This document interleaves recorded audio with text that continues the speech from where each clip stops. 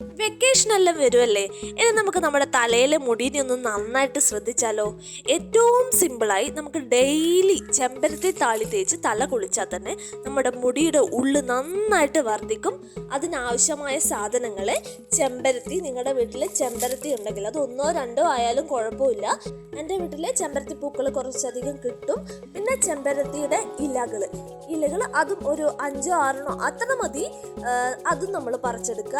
പിന്നെ നമ്മുടെ വീട്ടിൽ കറിവേപ്പില ഉണ്ടെങ്കിൽ, അതായത് കറിവേപ്പില ഉണ്ടെങ്കിൽ അതും നമ്മൾ പറിച്ചെടുക്കുക. ഞാൻ ഏറ്റവും സിമ്പിളായ ഒരു താളി ഉണ്ടാക്കുന്നതെന്ന് പറയുന്നത്. പിന്നെ കറ്റാർ വാഴ, അലോവേര അതുണ്ടെങ്കിൽ എന്നല്ല, അത് എന്തായാലും ഒരു തണ്ട് മതി, അതും ഇടുക.